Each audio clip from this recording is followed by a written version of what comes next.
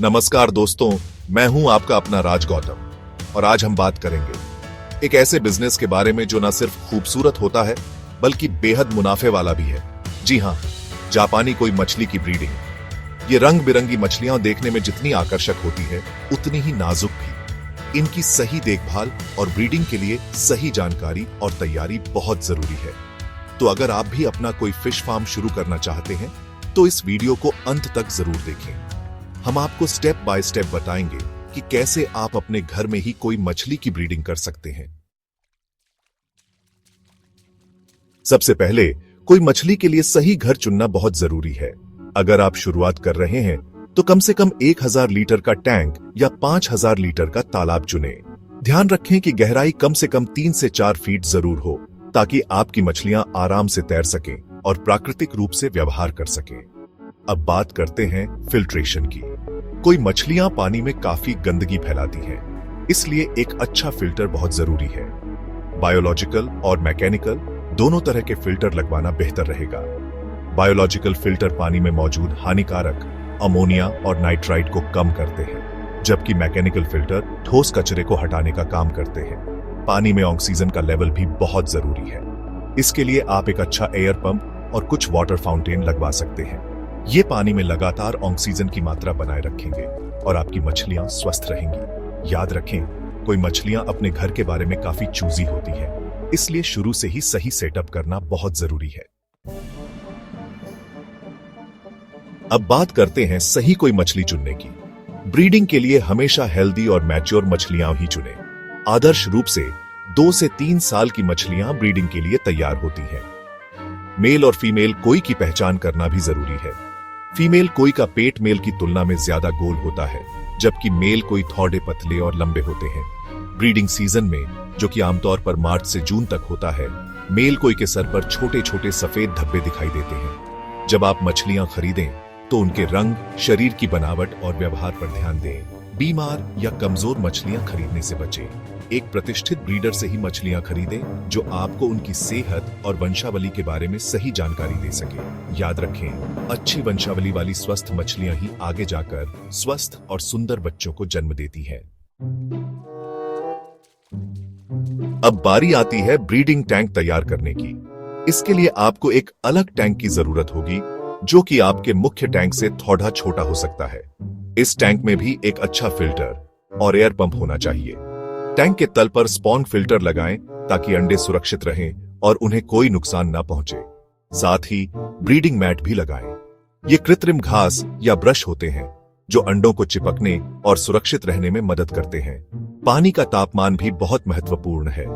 इसे हल्का गुनगुना रखें, लगभग 20 से 25 डिग्री सेल्सियस। इससे अंडों के हैच होने की संभावना भी बढ़ जाती है।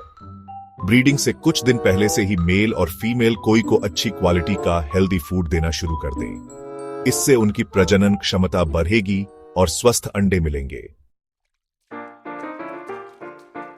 जब आपको लगे कि आपकी मछलियां ब्रीडिंग के लिए तैयार हैं, तो उन्हें ध्यान से ब्रीडिंग टैंक में शिफ्ट कर दें। शुरू में मेल और फीमेल कोई एक दूसरे के इर्द गिर्द घूमेंगे और एक दूसरे को छू कर देखेंगे। ये एक प्राकृतिक व्यवहार है जिससे वो ब्रीडिंग के लिए तैयार होते हैं। मेल कोई फीमेल को हल्का पुश करके अंडे देने में मदद करता है। फीमेल कोई एक बार में 50,000 से 3 लाख तक अंडे दे सकती है। ये अंडे पारदर्शी और चिपचिपे होते हैं जो ब्रीडिंग मैट से चिपक जाते हैं। एक बार जब फीमेल कोई अंडे दे दे तो मेल और फीमेल कोई को वापस मुख्य टैंक में शिफ्ट कर दें। अगर आप उन्हें अंडों के साथ छोड़ देंगे तो वो अपने ही अंडे खा सकते हैं। अब शुरू होता है इंतजार का समय। कोई मछली के अंडे लगभग 4 से 7 दिनों में हैच होते हैं। हैच होने के बाद छोटी मछलियों को फ्राई कहा जाता है। ये फ्राई शुरू में कुछ दिनों तक अपने योक से पोषण लेते हैं जो उनके पेट से चिपका हुआ होता है। जब योक खत्म हो जाता है तो फ्राई को बाहर से खाना देना शुरू कर दें। शुरुआत में आप उन्हें इन्फ्यूसेरिया, ब्राइन श्रिम्प या फिर बाजार में मिलने वाला पाउडर फूड दे सकते हैं। ध्यान रखें कि खाना बहुत बारीक होना चाहिए ताकि फ्राई उसे आसानी से खा सके। पानी की गुणवत्ता पर भी खास ध्यान दें। पानी साफ रखें और अमोनिया और नाइट्रेट का लेवल कम रखें। इसके लिए आपको पानी को नियमित रूप से बदलना पड़ सकता है। जैसे जैसे फ्राई बीडीडे होते हैं उन्हें ज्यादा जगह और ज्यादा खाने की जरूरत होती है। जब वो थोड़े बेडडे हो जाएं, तो आप उन्हें एक बेडडे टैंक में शिफ्ट कर सकते हैं। इस टैंक में भी पानी की गुणवत्ता का ध्यान रखना बहुत जरूरी है। फ्राई को धीरे धीरे बेडडी मछलियों के साथ मिलाना चाहिए। शुरू में उन्हें एक अलग टैंक में रखें और फिर धीरे धीरे उन्हें बेडडी मछलियों वाले टैंक के पानी से अनुकूल बनाएं। इससे उन्हें बेडडी मछलियों के साथ एडजस्ट करने में मदद मिलेगी। फ्राई को हेल्दी और पौष्टिक आहार देना बहुत जरूरी है। आप उन्हें बाजार में मिलने वाला फ्लेक फूड, पैलेट फूड या फिर जीवित फूड जैसे कि ब्लडवर्म दे सकते हैं। ध्यान रखें कि खाना उनके मुंह के हिसाब से हो ताकि वो उसे आसानी से खा सकें।